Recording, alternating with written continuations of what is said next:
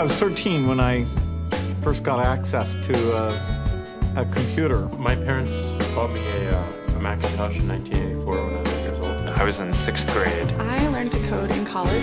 Freshman year, first semester, intro to computer science. I wrote a program to play tic-tac-toe. I think it was pretty humble beginning. I think the first program I wrote asked things like, what's your favorite color?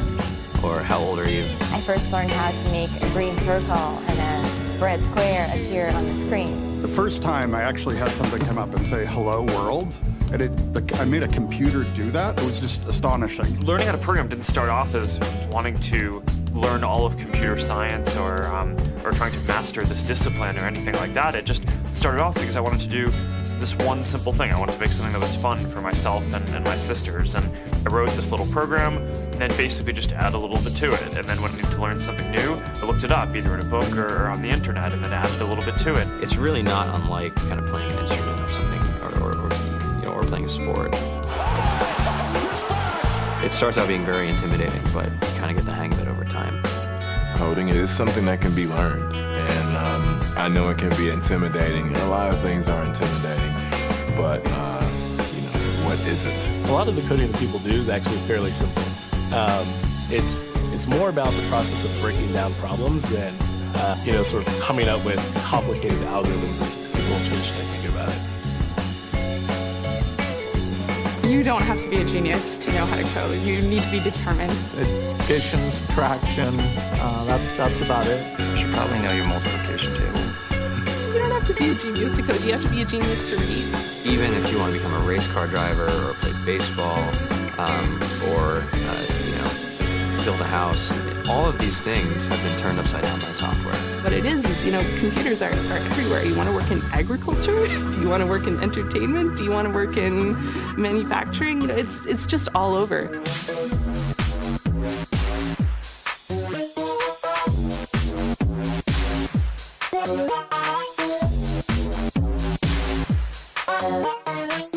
Here we are, 2013.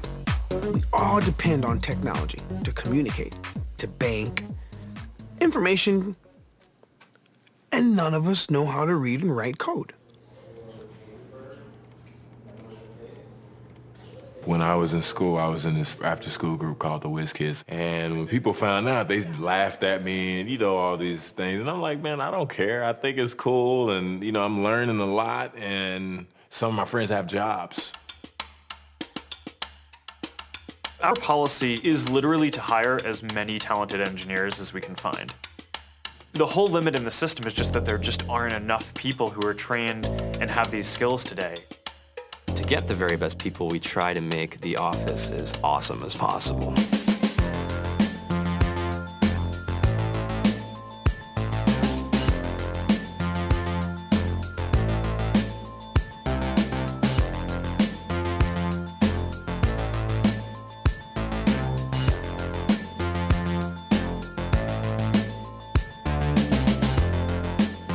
We have a fantastic chef, Free food, breakfast, lunch, and dinner.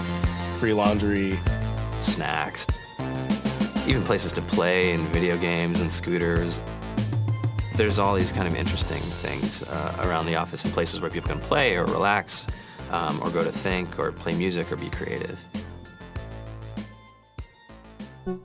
Whether you're trying to make a lot of money or whether you just want to change the world, computer programming is an incredibly empowering skill to learn. I think if someone had told me that software is really about humanity, that it's really about helping people by using computer technology, it would have changed my outlook a lot earlier. To be able to actually come up with an idea and then see it in your hands and then be able to press a button and have it be in millions of people's hands. I think we're the first generation in the world that's really ever had that kind of experience.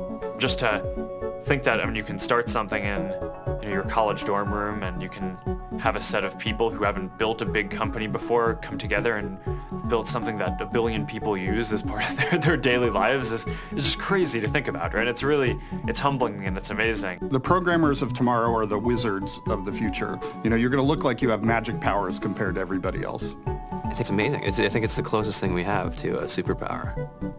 Great coders are today's rock stars. That's it.